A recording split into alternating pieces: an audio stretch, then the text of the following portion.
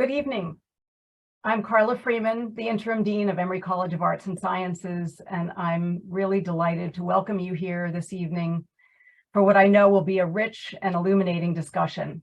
We've entitled the event tonight, All Eyes on Georgia, the Senate runoff election and midterm postmortem. This is a panel discussion with my esteemed colleagues in the political science department at Emory, and they are here this evening to shed light on both the midterm elections and our upcoming runoff election here in Georgia. For those of you residing in Georgia, you probably, like all of us, you're getting calls from friends and family members and colleagues all over the country, if not the world. Their eyes are all on Georgia. So we have a special opportunity to avail ourselves of the expertise of our political scientists to illuminate for us what's going on, what we can anticipate, and how to interpret the midterm and the runoff. So I'm going to begin by making some brief introductions, and our format is going to be organic and conversational. So please submit any questions that you may have using the Q&A feature at the bottom of your Zoom screen. And we will moderate them, and I'll be happy to share your questions. I'm going to introduce each one of our speakers, and then each of them will be giving a 5-minute or so snapshot on their take on the midterms and the runoffs. Alan Abramowitz is our first speaker, and he's the Alban W. Barkley Professor of Political Science, Emeritus, and a widely cited expert on national politics, polling, and elections. His two most recent books are The Great Alignment, Race, Party, Transformation, and the Rise of Donald Trump, published by Yale University Press in 2019. A new edition was published in 2019. The Polarized Public, Why American Government is So Dysfunctional, was published recently by New York Pearson Longman Press. And Alan's expertise includes election forecasting models, party realignments in the US, and the effect of political campaigns on the electorate. Our second presenter will be Bernard Fraga, who is an associate professor of political science and a widely cited expert on presidential and congressional elections, racial and ethnic politics, voter turnout and mobilization, and election laws and voting rights. Bernard is the author of the award-winning 2018 book, The Turnout Gap: Race, Ethnicity, and Political Inequality in a Diversifying America, published by Cambridge University Press. And finally, Andra Gillespie, Associate Professor of Political Science and the Director of the James Weldon Johnson Institute at Emory. Andra is also an Associate Professor of Political Science. She is widely cited on multiple themes around elections, political participation, political mobilization and race, inter-minority group competition, and evangelical politics. Andra is the author of Race and the Obama Administration, Substance, Symbols, and Hope, published by Manchester University Press in 2019, and The New Black Politician, Cory Booker, Newark, and Post-Racial America, published by NYU Press. So we're going to begin with Alan, whose snapshot is entitled The Red Mirage: Why Did Republicans Underperform in This Year's Midterm Election? Alan, I turn it over to you. Well, thank you very much, Carla, and thank you all for being here with us tonight. This has been a fascinating midterm election, and I want to start by talking a little bit about one of the things that's made this midterm especially interesting, and that is the fact that the outcome was so disappointing to Republican leaders, strategists, and elected officials who were generally expecting their party to make major gains in the midterm elections, probably picking up 25, 30 seats or more in the House of Representatives, very likely to gain at least 1 or 2 seats in the Senate and thereby take control of the Senate, and also probably make gains at the state and local level, because that's the typical pattern for midterm elections. And there were other things going on that suggested that it could be a very good year for Republicans.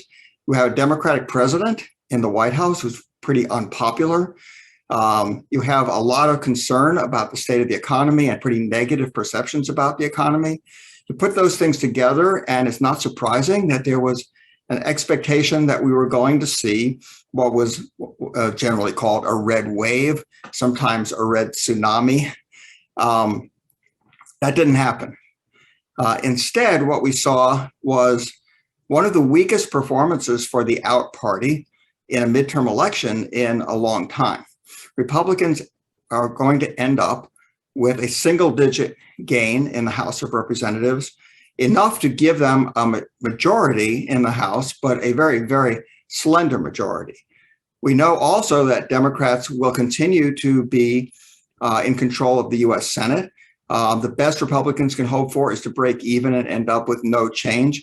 And of course, it's possible that Democrats could end up with a gain of 1 seat if Raphael Warnock is reelected in Georgia.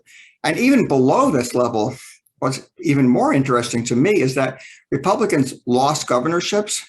They had a net loss of 2 governorships. They lost control of several state legislative chambers. So it was, across the board, a remarkably poor showing for Republicans given the political climate. I want to touch very quickly on a couple of things I think help to explain this. One is that there were certain circumstances out there that just suggested it might not be a great year for Republicans. One is that Democrats went into the election with a relatively small number of seats in the House to defend and only a relatively small number of Senate seats that they were defending. And when a party has relatively few seats to defend, that tends to limit its exposure to risk, tends to limit its losses. So we knew that all along. But there are some other things going on as well. Joe Biden was unpopular, yes, but this election, this midterm election, was unusual in the extent to which it was not simply a referendum on the performance of the incumbent president and his party, but it was seen by many voters as a choice between the Democrats and a Republican Party that many voters perceived as too extreme, as a threat to American democracy, and as supporting very extreme positions on issues, most notably abortion. The prominence of the abortion issue, of course, was greatly heightened by the Dobbs decision that came about a few months before the election, where the Supreme Court overturned Roe v. Wade, what continues to be a very unpopular decision. So you have the Republicans taking positions that were quite unpopular. And one of the key factors behind all of that, and what I want to touch on further later if we have time, is what I call the Trump factor. I think one of the keys to understanding the poor Republican performance in this midterm election, as many commentators have suggested, was the fact that we had Donald Trump playing such a prominent role in the primaries and then campaigning for Republican candidates, supporting candidates for governor, for senator, in some cases for the House, who turned out to be relatively weak candidates. It took relatively extreme positions.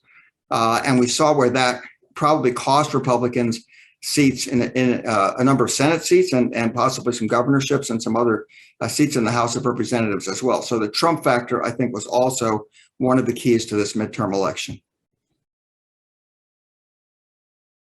I'll stop with that. Okay, thank you, Alan. Next, we'll go to Bernard, speaking about voter turnout in November. Sure. Well, thanks so much for being here tonight, and thank you, Dean Freeman, for organizing this event. As we were discussing right before we got on the Zoom, the expectation was by now we'd be, kind of conducting a post-mortem, and election season would be behind us, and we could focus on our final exams. As it turns out, only our students can focus on our final exams. We're here thinking about the next election that will be next week, and voting has already started, of course, for that runoff. So I want to talk briefly about what we saw in terms of voter turnout. Professor Bremowitz did a great job of talking about the national climate and the results that we saw. There's still a couple of House seats that haven't been called, but it's pretty clear that Republicans will have a 8 or 10 kind of seat majority, perhaps. But when we talk about voter turnout, what's interesting is that this is the kind of second midterm in a row where we've had historically high levels of voter turnout. Now, in 2018, according to Michael McDonald, a professor at the University of Florida, who is kind of nationally, if not world renowned for being an expert on voter turnout, half of Americans who were eligible to vote, that is citizens of voting age, turned out to vote. Now, that's half. That means half didn't vote who could have voted. But that's actually a record, about 100-year plus record for a midterm election. And in the 2020 presidential election, we also saw record turnout. About 2/3 of Americans turned out to vote. Again, that means that 1/3 didn't.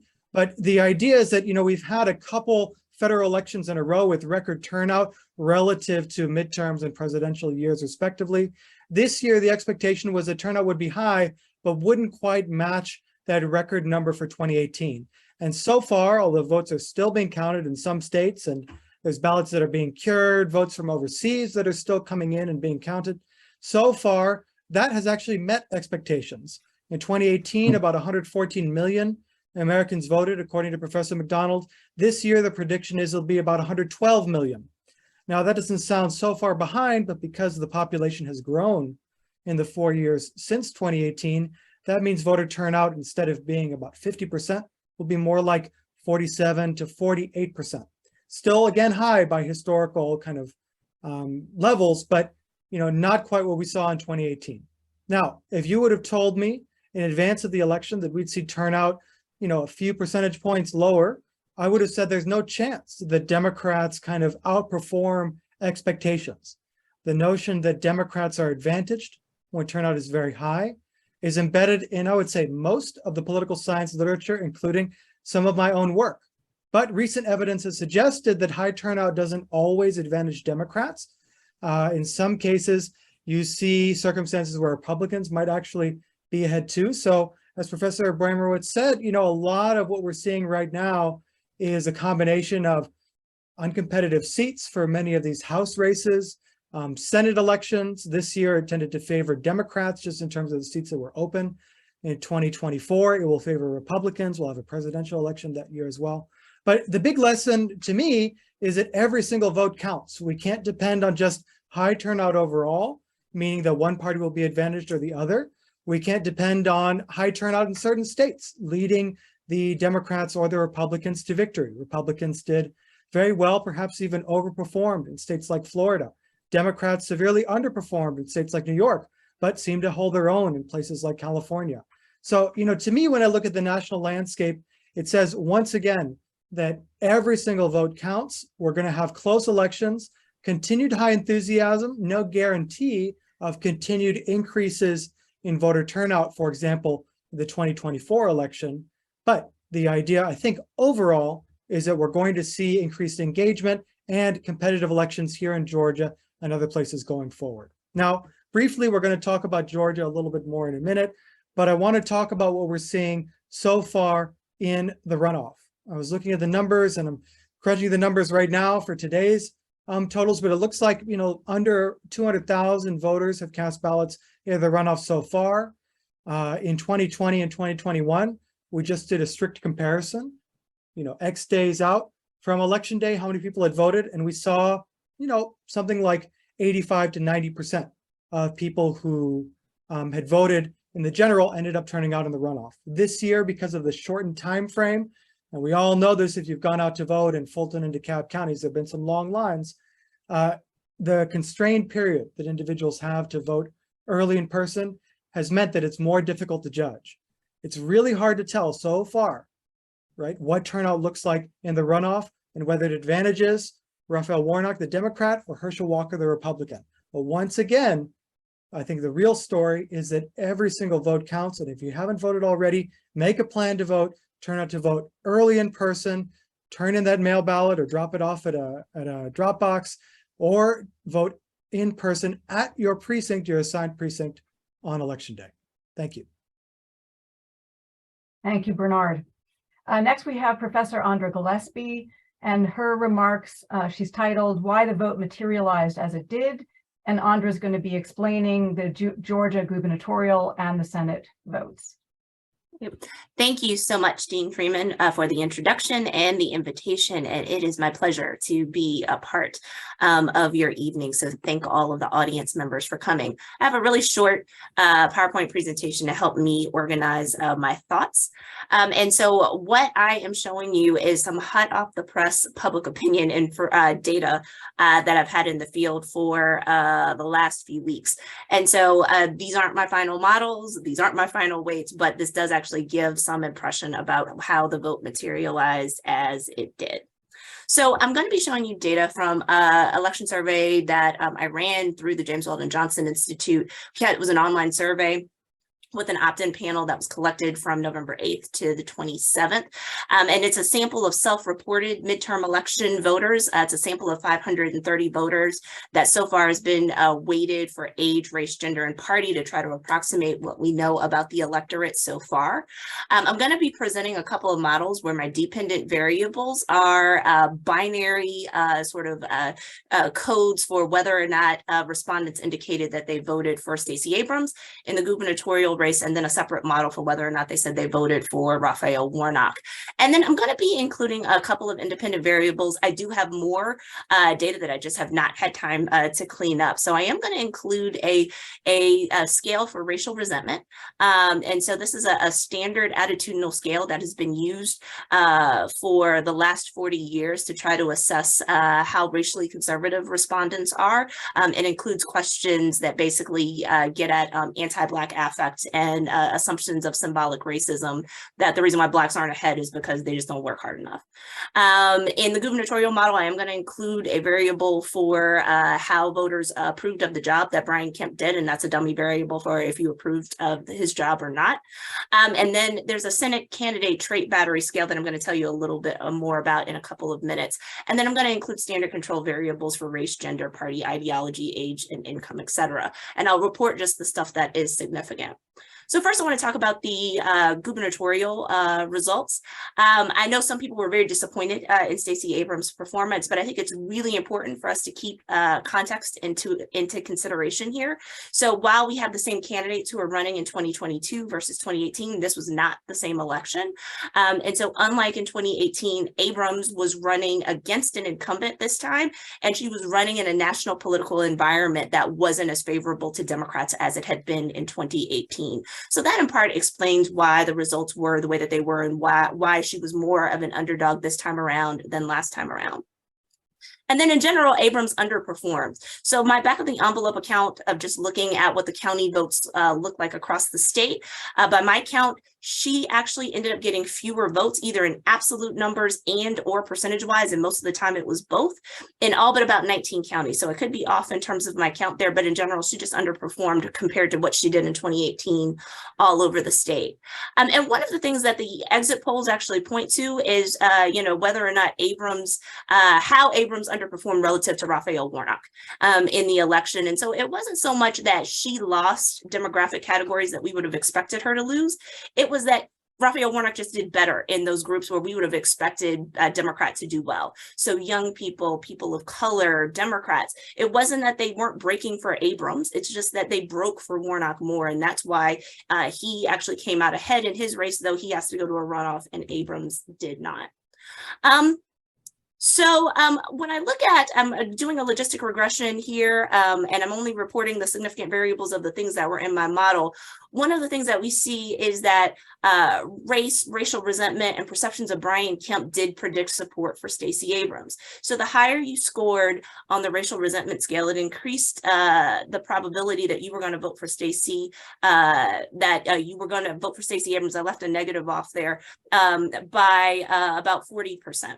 So the more racist responses you gave on our battery, that actually reduces the chances that you're going to vote for Stacey Abrams by about 40%. If you approved of the job that Brian Kemp did, you were not voting for Stacey Abrams, like almost at all. So that's about a 93% kind of drop in the probability that you were going to vote for Stacey Abrams. If you were Black, you were about 7 times more likely than non-Black or other people of color, I should say, in terms of voting for Stacey Abrams. Democrats, of course, were overwhelmingly going to vote for Stacey Abrams and Republicans weren't. Liberals were going to be almost 4 times as likely to vote for Abrams compared to conservatives, and moderates were a little bit about more than twice as likely to vote for Abrams. So these are all kind of expected, kind of the directions in which we would have expected the vote to go. I said I was going to tell you a little bit more about this battery. I was thinking a lot about candidate quality for the Senate race, and I was trying to come up with the best way to capture what was going on. So what I ended up doing was creating a battery that said there are lots of things that people have said about both Raphael Warnock and Herschel Walker. And so I asked respondents to rate them in terms of which candidate was better on the issues. So instead of just doing separate batteries where it's like, do you think that Raphael Warnock is fit for office, or do you think that Raphael Warnock has empathy? I just asked the questions of who do you think is better on these issues or on these particular traits? Do you think that Warnock is better? Do you think that Walker is better? Or do you think that they're pretty evenly matched? And so what I'm recording here is sort of, I've coded these all in the direction of whether or not they're more flattering for Raphael Warnock. And so I'm just doing that for ease of being able to scale it and put it into a model. And so what you can see is that the numbers on the side right here actually say sort of this is the percentage of respondents who said that Warnock had the more sort of positive sort of trait on this particular dimension. And then the numbers here sort of indicate of these people sort of what percentage of them said that they were voting for Warnock, who said that they were voting for Walker, and who said that they were voting either for the third party candidate, they didn't vote, or they did a write-in candidate. And so what you can see is that overall voters were more likely to say that they sort of rated Warnock more positively on these traits. And when they said that, they overwhelmingly broke for Warnock, which isn't particularly surprising. So when I end up putting this into a model, what we see is that the higher you score on the racial resentment scale, that actually reduces your odds of voting for Raphael Warnock by only about 24 percentage points. So like there's racism is still a factor, but it's not factoring in the same way that it did for voting against Stacey Abrams. The higher you score on the Warnock is better on these particular trait scale, that actually increases the likelihood of your voting for Warnock by about 70 percentage. By about 70%, I should say. And then, of course, being a Democrat or being a liberal, or even in this case, being a moderate, is also going to predict a higher likelihood of voting for Raphael Warnock. So I interpret this as being an issue of candidate quality. And so when I think about the takeaways of this race, in the gubernatorial race, classic fundamentals like incumbency advantage actually matter a lot, and we shouldn't forget that. But in the Senate race, candidate quality also matters as well here. And so that's a really important thing to kind of take away. And I think the reason why Walker underperforms relative to the other Republicans who are running statewide in the race has everything to do with his inexperience as a candidate, with the personal baggage that he brought to the table. And in some instances, not necessarily his debate performance, but his underperformance in terms of having demonstrating a grasp of issues is actually something that's also important. And I think I'm just going to reiterate what Dr. Fraga was talking about. Turnout is ultimately what's going to matter in this race. Like, we're at a point now in the runoff election where it's really not about persuasion. People have made up their minds already. It's just a question of whether or not these people will turn out to vote. And for me, the $1 million question in this contest is whether or not those who are Republican but don't actually hold Herschel Walker in high esteem, whether or not they're actually going to show up to vote at all. So that's the big question, and I look forward to the rest of the conversation. Well, thank you to all of you. I'm going to kick off the Q&A with a couple of my own questions and a couple that have already turned up in the Q&A function in the Zoom room. So just to follow up on Andra's last point, Bernard, I wonder if you could say a little bit more about turnout, who stayed home in the midterm election and why? Yeah, tell us a little bit more. Sure. Yeah, great question. And I really appreciate Professor Gillespie's points about trying to understand and interpret, the difference between Abrams and Warnock's performance, but keeping it in a broader kind of context of these predictors. I think when you look at, look at the election results, we have a tendency to think about, what's happened in the past and think about all the change as being the result of people changing their minds voting for the new person. So 2018, Abrams did better than she did in 2022. It must be because a lot of people who voted for Abrams in 2018 switched and voted for Kemp in 2022. As far as we can tell, that's not really the case. There's some of that going on, but turnout is a part of the story as well. So I ran these numbers when we got the vote history data, which is the comprehensive state provided data on, at the individual level, everyone who voted in Georgia. So it's not survey data, it's the actual record of who voted. Can't tell how they voted, but can tell who turned out and who didn't. And when I ran the numbers for the November election that we had, 2022, compared to 2018, what I found, right, was that turnout rates in Georgia, similar to national, were down a little bit. In 2018, about 52.7, 53% of the citizen voting age population in the state turned out to vote. In November, only this year, 51% turned out to vote. So down about 2 percentage points. But if you look at white voter turnout, it held essentially even. 58% of whites voted in 2018, 58.5% voted in 2022 in the November election again. So it's about the same, maybe up a little bit. African-American turnout, however, dropped more than any other racial and ethnic group, dropping from about 48% in 2018 to 43% in November 2022. And while there was some discussion of Black voters hesitating in participating or supporting Stacey Abrams and Raphael Warnock, which is interesting given that these are two very prominent, very ideologically aligned with the Black community, Black candidates, what you really saw was a drop in turnout, perhaps manifesting in that slightly lower enthusiasm. That's speculative, but the point is Black voters, had they turned out to vote, would disproportionately supported those candidates. So some of the result, at least in the Abrams side, might be attributed to lower Black turnout than what we saw in 2018. Hispanic and Asian turnout, much smaller communities. Hispanic turnout was down about 3 percentage points relative to 2018, but very low in both cases, 28% turning out, 25% turning out. That means 75% of eligible citizen voting age Latinos in the state did not turn out to vote in November 2022. Asian Americans had high voter turnout relative to historic trends. In 2018, 35% turned out to vote. In November of this year, 37% turned out to vote, according to my estimates. So turnout went up a little bit for that group, but again, relatively small population, didn't make up for the drop in Black voters. So to me, when we look at the numbers there and try and understand the election results, it says two things. One, a part of Stacey Abrams' solid base in 2018 and in 2022 did not turn out to vote.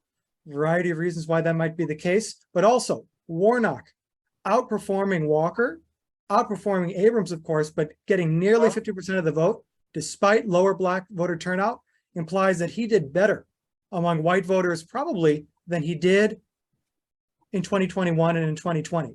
He is catching more swing voters, just the numbers, right, indicate that he must be getting more voters who in the past supported Republican candidates, or at least his Republican opponent, Kelly Loeffler, in 2020 and 2021. So that's a lot going on there, but it's saying the turnout numbers imply both a little bit lower turnout among core constituencies for Democrats, but also Warnock able to perform at a high level due to likely white swing voters.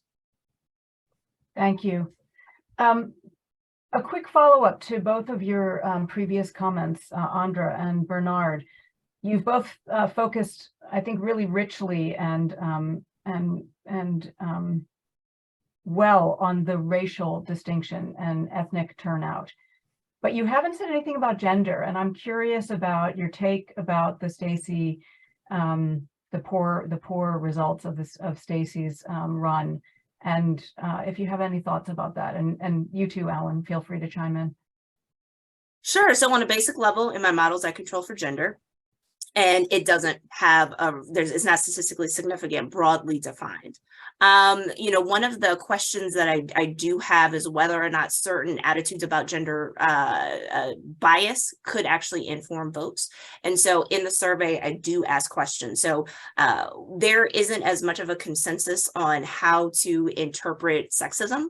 And so I actually ask versions of 3 different batteries of gender bias. One is kind of like classic misogyny. One is sort of this paternalistic, like we need to sort of protect women and put them on a pedestal. coastal, and then one looks at gender equality. I just haven't had time to put it into the model to see if any of those actually predict support for Abrams. I also included some variables in there to see if there may be bias against Abrams because she's single. And so again, I'm cleaning up the data, so I haven't had a chance to really like look through that and see whether or not that's going to be predictive. But I will note that while there's a consensus around how to codify anti-Black racial resentment, there isn't the same type of consensus on how to measure gender bias in the ways that, you know, we've been able to do for African Americans for the last generation and a half.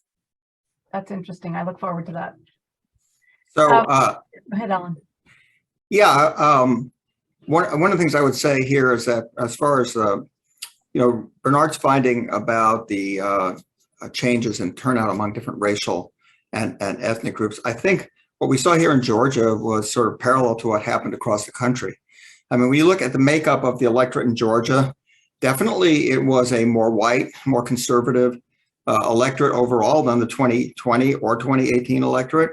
Same thing is true nationally overall. There's some variation from state to state in that, but in general, Republicans appear to have been somewhat more motivated to turn out and vote in this election. Not that surprising, given that it's a midterm election with a Democrat in the White House. That's kind of fairly standard, especially when there's an unpopular Democrat in the White House.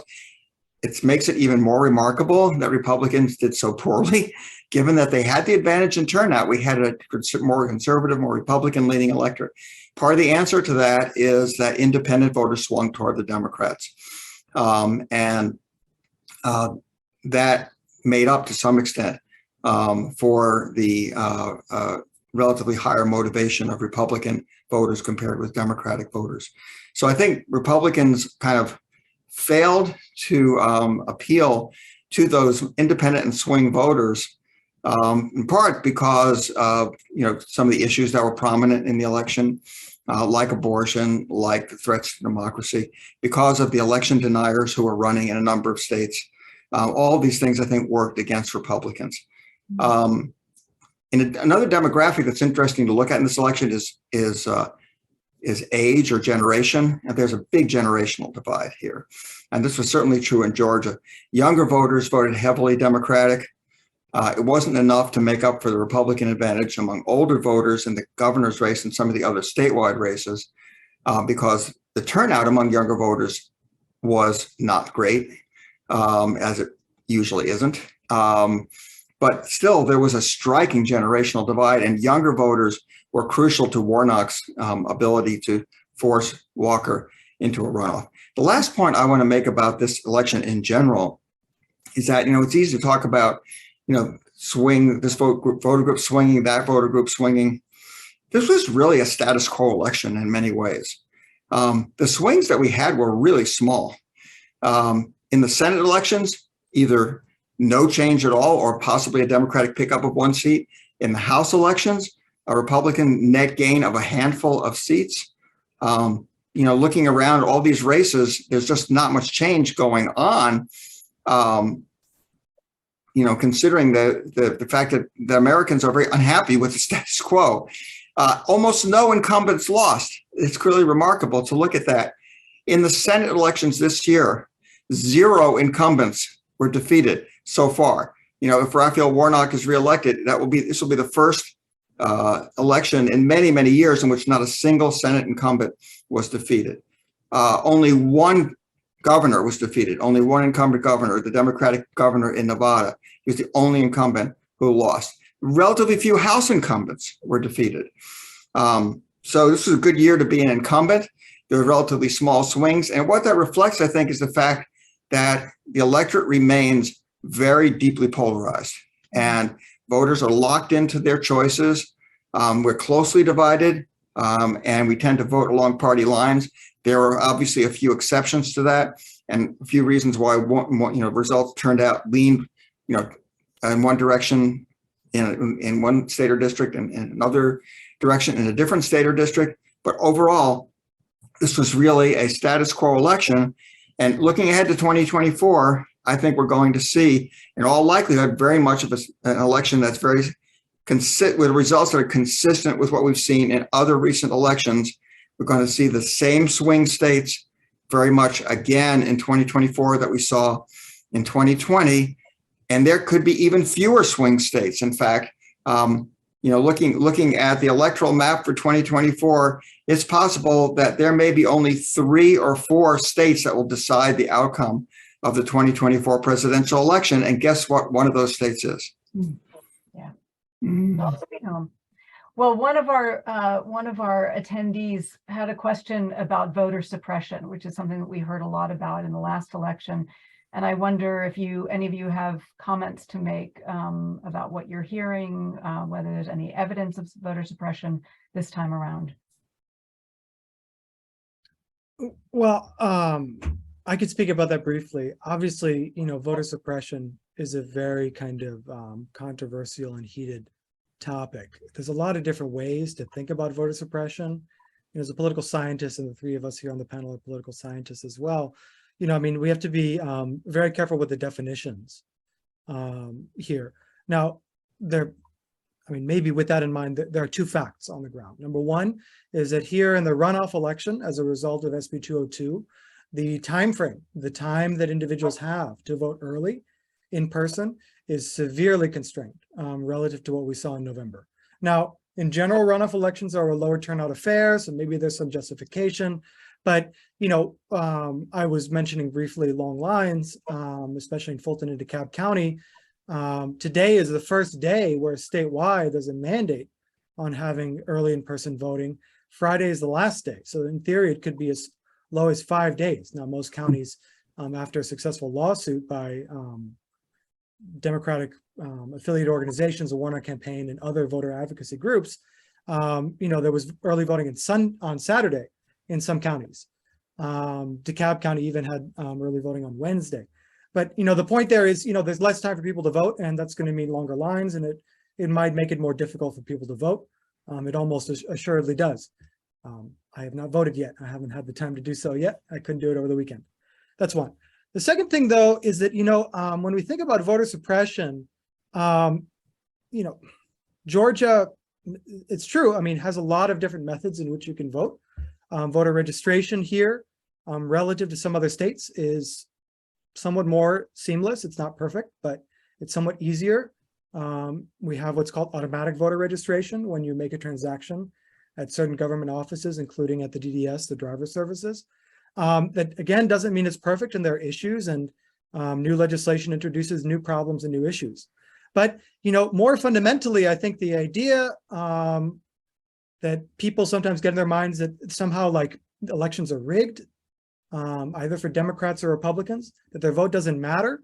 The demobilizing effects of some of those kind of narratives and understandings, I think, are also problematic and need to be understood too.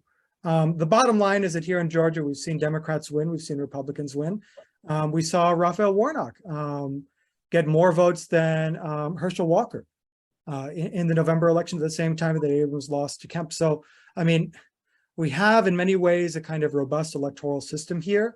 I'll just repeat what I said before. It just shows you that every vote counts. Doesn't mean things couldn't be better, doesn't mean that there aren't problems that we might characterize as voter suppression. But I hope that doesn't prevent anyone from doing what they can and using the resources at their disposal to turn out and vote.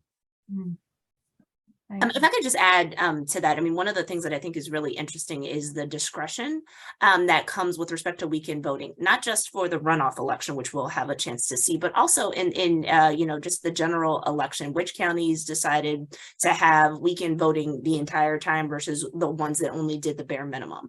And so I think one of the ways that we can look at whether or not that actually has the chance to be suppressive because of the idea, which is actually borne out by the fact that Black people are more likely to vote on the weekends, is to see kind of what voter turnout looks like in similarly matched counties where one county chose to, have weekend voting the entire time versus the ones that only did the bare minimum. So that's definitely something that I'm going to be very interested to see what the results look like. I think it's also important to disentangle, and I think Bernard was definitely kind of getting at that, the idea versus intent versus outcome. And so just because an intended plan to suppress didn't pan itself out because people outsmarted the system doesn't mean that like that suppression wasn't attempted and that we can't kind of call foul on those activities. And so, you know, I think that that's a really important point that some people argue, well, it wasn't suppressive if you still see high voter turnout amongst minority groups. But if there's a way for us to prove that the intent was to try to suppress the vote for the reasons of race, then it's still voter suppression. And I think we have to acknowledge that. One of the things that I didn't mention in the survey that I actually have had a chance to look at least in terms of the unweighted numbers, is I asked people why they chose to vote early versus why they chose to vote on election day. And it's really interesting. The modal response for both early voting and for election day voting is convenience. And so, you know, I think that that says something to, you know, what we're seeing in terms of the habits and behaviors that we are watching changing even as we speak over multiple election cycles, but also this idea that people actually really like the idea of being able to vote when they, you know that they know who they're going to vote for, and they enjoy and value that convenience of being able to cast that ballot. So it's definitely something that I hope policymakers pay attention to. I would say there are two things to keep in mind when it comes to voter suppression. Number one is the changes in the election laws that were enacted by the Republicans after the 2020 election were clearly a response to the Democratic victories in 2020, and were totally unjustified by any objective evidence of voter fraud. So the justification for this, the argument for it was we're going to make our elections more secure. The elections were already extremely secure. So there wasn't any need to make it more difficult for people to vote by absentee ballot. There wasn't any need to hide drop boxes where people can't access them. There wasn't any need to do all these things. Drop boxes weren't responsible for voter fraud, you know, in contrast to what a lot of people seem to believe. So that's one side of the story. The other side is all the changes that were made, these revisions to the election law, probably not going to have much effect on overall turnout. What they will affect to some extent is how people vote. So if you make it harder for people to vote by absentee ballot, as they have, more people will vote in person. They will vote in the early in-person voting, or they will vote on election day. So we will see a shift in how people vote. We've already saw that, you know, in the general election. Far fewer people voted by absentee ballot than in 2020. Of course, COVID has something to do with that as well. So there are changing circumstances, changing rules. I think overall, we're still seeing a very strong turnout here in Georgia. The factors that affect relative turnout of different demographic groups probably have less to do with the changes in election laws than they do with just the general political environment and the candidates who are running in a particular election. Thank you. One of our attendees wants to know about the political center. Is there a political center any longer, and how are they enacting themselves in these elections? Well, having written a book called The Disappearing Center, I feel qualified to speak to that. The center is definitely a lot smaller than it used to be. If you think of that in terms of either voters who are up for grabs, swing voters, voters who go back and forth between the parties, or voters who are just in the middle ideologically. There aren't as many of them as there used to be. They're definitely still there. And Raphael Warnock definitely believes that they're there, because if you watch his political ads, he has definitely been pitching a lot of his appeal to those swing voters by talking about things that he's done during his 2 years in office to help Georgians of all sorts, in every part of the state, of making a sort of relatively nonpartisan, non-ideological appeal in a lot of his ads. So I find that interesting, and I think it probably paid off for him. So yes, I mean, when you have a very closely divided electorate, as we do in Georgia, and as we do in the United States in general, but particularly here in Georgia, then that relatively small group of voters in the middle are still quite important. So while we say that it's all about turnout, and turnout obviously is crucial here, which party is more successful in getting its core supporters out to vote, there's still this small group in the middle that could very well decide the outcome of this election. For example, who were those Kemp Warnock voters? And will they turn out again in the runoff election? And will they stick with Warnock when we don't have a Kemp running for re-election? So I think that's going to be very interesting to watch. Presumably, well, I don't know if there are going to be exit polls. Actually, I was thinking if there's an exit poll, we might get some indication about that. But that's going to be one of the keys to the outcome. So the swing voters are there; they're a small group, but they could very well be decisive.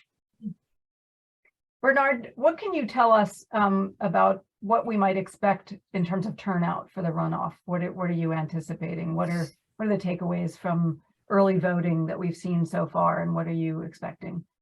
Well, that's a great question, and I think the I don't know, $1 million question would be incorrect, because there have been tens of millions of dollars spent on the runoff, hundreds of millions of dollars on just this one Senate election if you include November, and maybe even more than that if you include the Republican primary. So, here's the thing. So we've seen high rates of early voting in person so far.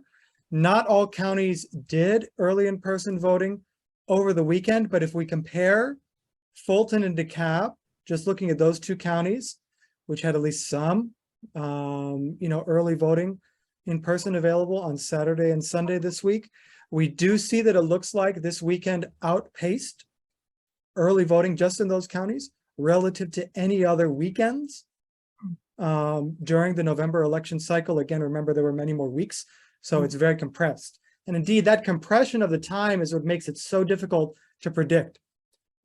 As I mentioned, I keep saying it, we've seen the lines, we know it's, many people waiting, some reports of people waiting 2-3 hours even to vote in places in Fulton County.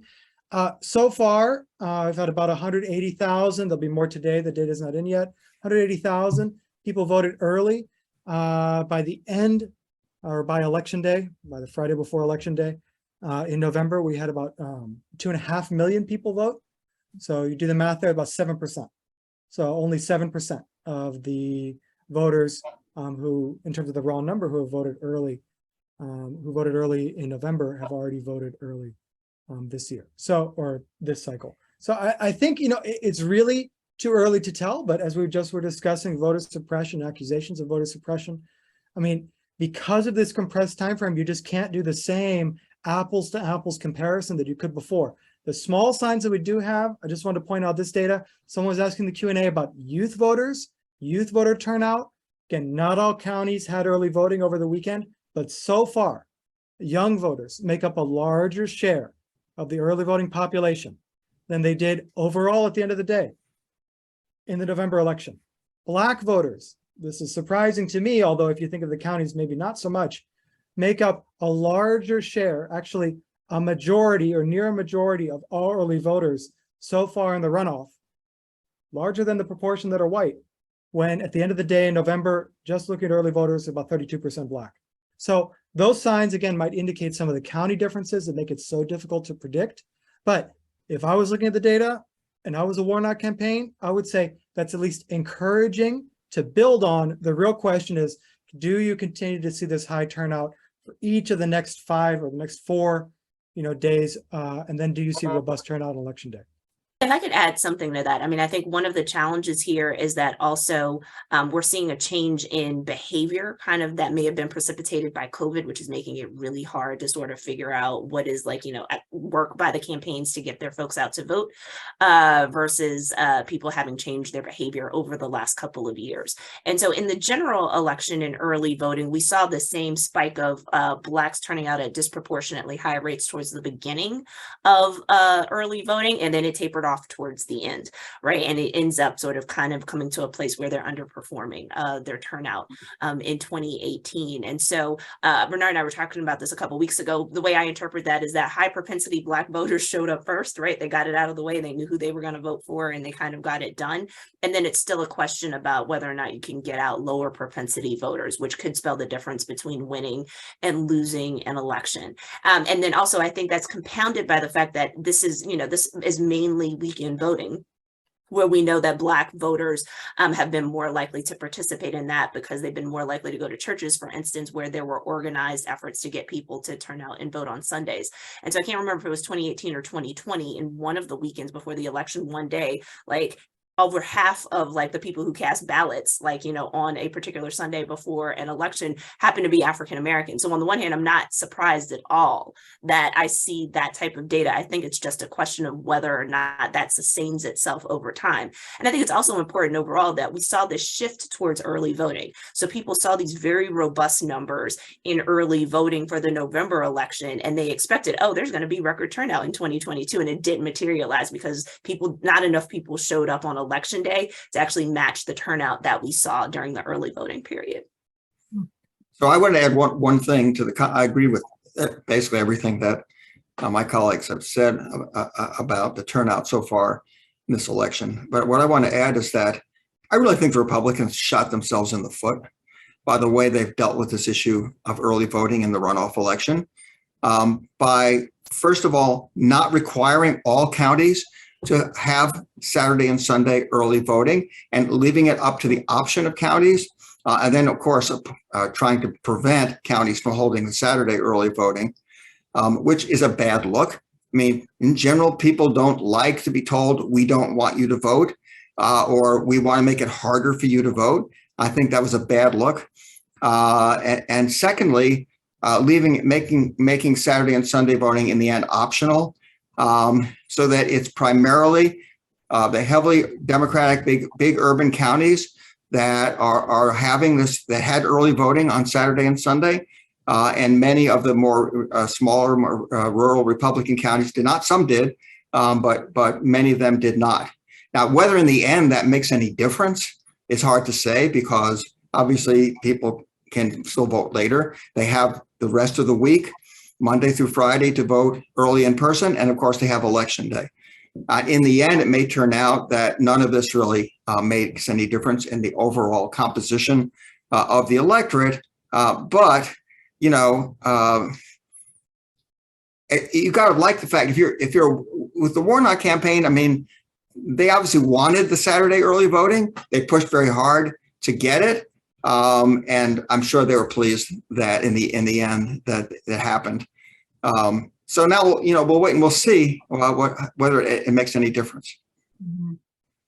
Well, I know we're not supposed to ask scholars to be fortune tellers, but I am curious what your thoughts are, if you have any prediction on the Warnock-Walker election. Do either of them have a particular advantage right now, do you think? So the only survey that I've seen, I think, is the AARP survey, which still puts it within the margin. So I'm not going to predict who's going to win or lose. My general take on this is that whichever side has the best GOTV is going to be the one that wins. And so we can perhaps handicap who is going to sort of like what kinds of advantages and disadvantages Democrats versus Republicans have. So Republicans still have a slight numerical advantage in the state, so that bodes well in their favor. And this is the type of election where low propensity voters who demographically may be more likely to be Democratic would be less likely to show up to vote. So that might help the Republicans in this race. I don't think this is like 2008 over again. So I don't think we're going to see sort of like this drop off in support for Raphael Warnock that we saw for Jim Martin, say, in 2008. We're just not there anymore in Georgia. On the Democratic side, I think that they have lots of incentives to want to continue to hold the seat, even though they don't need it to hold the majority. I think Republicans may be disadvantaged by the conflicted Republican voter, so the Kemp Warnock, Kemp Oliver, Kemp I'm going to skip this race voter, who may not feel particularly compelled to show up again because they don't like Herschel Walker. And so it's going to be that's going to be a challenge. I think Democrats are disadvantaged by the fact that we were talking about this before we went on air, that that Democrats can't register like people who turned 18 on November 15th to go vote because they only had a month before between runoff races. And so you were either registered or you weren't. But I think the other thing that they've benefited from is that they've done this before. And so they can rely on the infrastructure that was built during the 2020 cycle and even before that to try to get people to turn out and vote again. But again, both of them have to run flawless mobilization campaigns, and whichever one falters is probably going to end up being the one that loses. You're anticipating one of the comments that we've just gotten from an attendee who wants to know, are you seeing any differences in the approaches that each of the parties is taking to getting out the vote? So one of the things, I'm just going to say this anecdotally, I live in a very heavily Democratic neighborhood. I actually happen to live in the same neighborhood that Stacey Abrams used to live in. I was surprised over the course of the election cycle that I didn't get any canvassing. Like I barely got mail telling me to turn out and vote.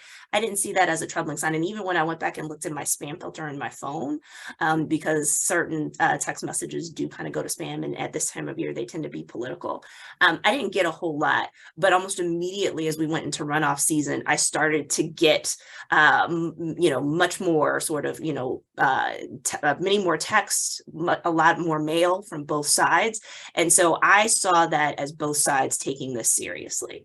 Either the candidates themselves or surrogate groups, were reaching out and contacting. And that's the type of thing that drives up turnout. And the more personal this becomes, the better.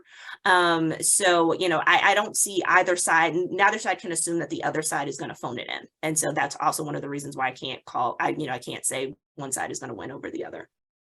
Just real quick, this is interesting. There's two ways of kind of taking the question. We always see a difference in the GOTV strategies used by Democrats and Republicans simply because they're catering to different blocks in the electorate, right? But if we think, and to build on Professor Gillespie's point, what's different so far in the runoff, and this builds on what Professor Abramowitz was saying too, right?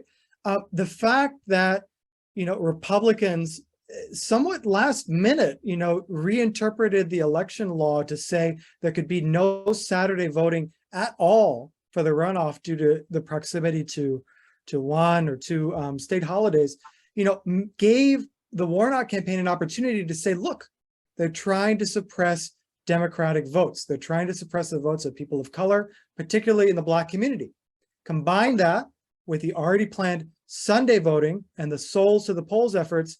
I was just looking at my Twitter feed, and what I saw yesterday and even this morning were so many videos and pictures of Raphael Warnock walking to the polls with church groups or with individuals after going to church. And to me, right, this again just shows like it was a tremendous opportunity for Democrats to say, look, they're doing something that's trying to make it so your vote doesn't count or so that you can't participate.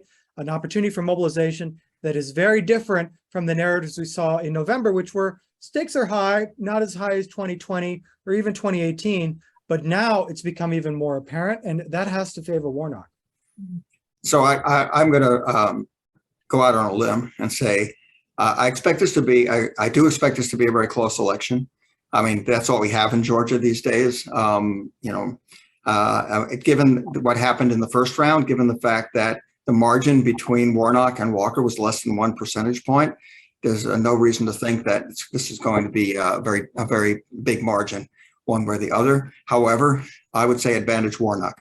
And the reason I say advantage Warnock, first of all, it's for some of the things that Bernard was just talking about. I see a sense that there's more enthusiasm among Democratic voters for Raphael Warnock than there is among Republican voters for Herschel Walker. Warnock has raised and is spending vastly more money than Walker. Now, money is not everything. Both sides have plenty of money. There's no lack of exposure. Turn on your TV, you'll see ads for both candidates. But really, Warnock is flooding the airwaves with ads right now. Walker is not. He's got plenty of ads on, but Warnock is outspending him by a big margin. He's also doing more events. He seems to be more visible. I just think that Walker benefited considerably, I think, in the November election from having Brian Kemp at the top of the ticket. I think Brian Kemp sort of dragged Warnock across the finish line and got him as close as he did to Warnock. And without Kemp there, even though, he's endorsed him and he's campaigning for him, I don't think that's the same thing. I think without that benefit of Kemp, that will hurt Warnock. I'm sorry, that will hurt Walker. I think it'll be more difficult for him. And so, that would be, if I had to make a guess, I would predict that Warnock wins the runoff, but the margin will be, within 2 or 3 percentage points. Thank you. Well, I've got one final question for all of you, and then I'll leave a couple of minutes for each of you to make some closing remarks. And the final question is, what do these recent elections tell us about the state of American politics today? What can we expect going forward in 2024? I'm encouraged by some of the things that happened in the midterm election. And the thing that was the most encouraging to me is that we saw, first of all, most of the most rabid election deniers were defeated, at least the ones who are running in swing states. So the message there seemed to be that running on a platform that says that we need to overturn the results of the 2020 election and we can't trust the electoral process. That's a losing message, at least in the states where elections are relatively competitive. And going along with that, we saw with almost no exceptions, the losers conceded. We didn't see anyone try to do what Donald Trump did, after the 2020 election, with the possible exception of Kerry Lake in Arizona. Even candidates, like Mastriano in Pennsylvania conceded. The other candidates in Arizona conceded. In Michigan, of course, in Georgia. So it was, in that sense, it was sort of like a more normal election. 2020 was anything but a normal election. Now we'll see what happens in 2024, because what was different again also in 2022 is that Donald Trump wasn't running. And with if Donald Trump runs again, then we may be right back where we were in 2020. Yeah, I mean, briefly, I was going to say something about the, nearly universal defeat of election deniers as well. I think, what Professor Bramwitz just said is exactly on point. I mean, that's the idea, is that, this was a more normal election in many ways, but it was a normal election for normal candidates in some ways too. Republicans and Democrats. I mean, this was, the Republicans didn't do as well as they thought that they would. And many Republicans identify the key problem as candidate quality. As Professor, Gillespie's survey indicated, I mean, there were some, again, leading national Republicans saying we had a bad batch of recruits, or the primary voters made some poor decisions. And the candidates who were of lower quality that people were skeptical of, either because of lack of experience or what they were campaigning on, election deniers still talking about the 2020 election, they lost. Doesn't mean all Republicans lost, right? It means the Republicans in these competitive elections where there was a reasonable chance of a Democrat winning office, again, not always for the Democrats, the perfect candidate, but the idea was someone who is more in the mainstream of kind of national ideology, but certainly the party's ideology as well, outperform. And I think, to me, that's the real takeaway here. And the lesson, and we're already hearing discussion of this, Donald Trump has declared his candidacy for president, right? The lesson from this, to me, is that voters, again, every vote counts, that voters still hold the reins of power in their hands. They can make decisions here. If Republicans don't like who's at the top of the ticket or who's running to be at the top of the ticket in 2024, then they don't have to make that choice. They don't have to vote for him. I don't know if it's going to be the same with Democrats, or some questions about Joe Biden running and these other things. I'm not going to speculate there, but the idea is, again, it showed that votes do matter, voters do matter, and elections matter. Election integrity matters. So there are things that I am optimistic about because of the election results. So I do acknowledge the defeat of really prominent election deniers. I'm probably a little bit more pessimistic than my colleagues are. So I analogize this to a fever. I won't say that the fever has broken, but I do recognize that the temperature has gone down a little bit. And so I'm not quite sure that we're quite at the inflection point where I can be like, oh, the crisis is over. I just don't feel that comfortable yet about this. And there are a couple of reasons why.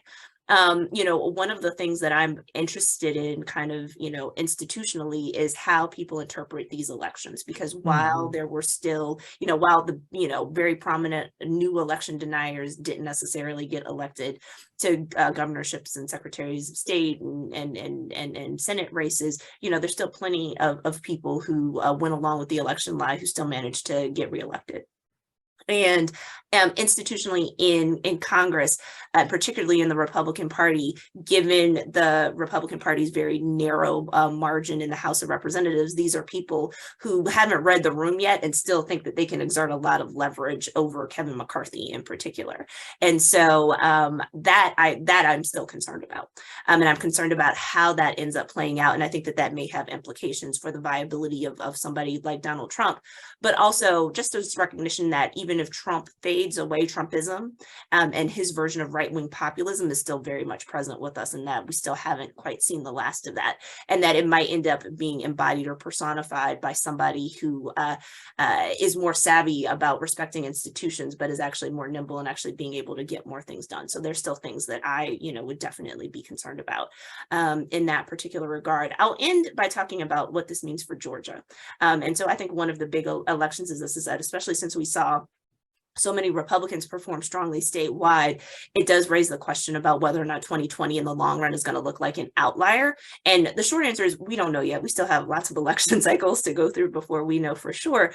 But I still think that, Georgia is a lot more competitive. The Georgia of 2022 and going into 2024 is not the Georgia of 2002 and 4 and 6 and 8. And so I think we need to acknowledge that. And I think the results of this race are actually going to demonstrate sort of the ways that Georgia's competitive.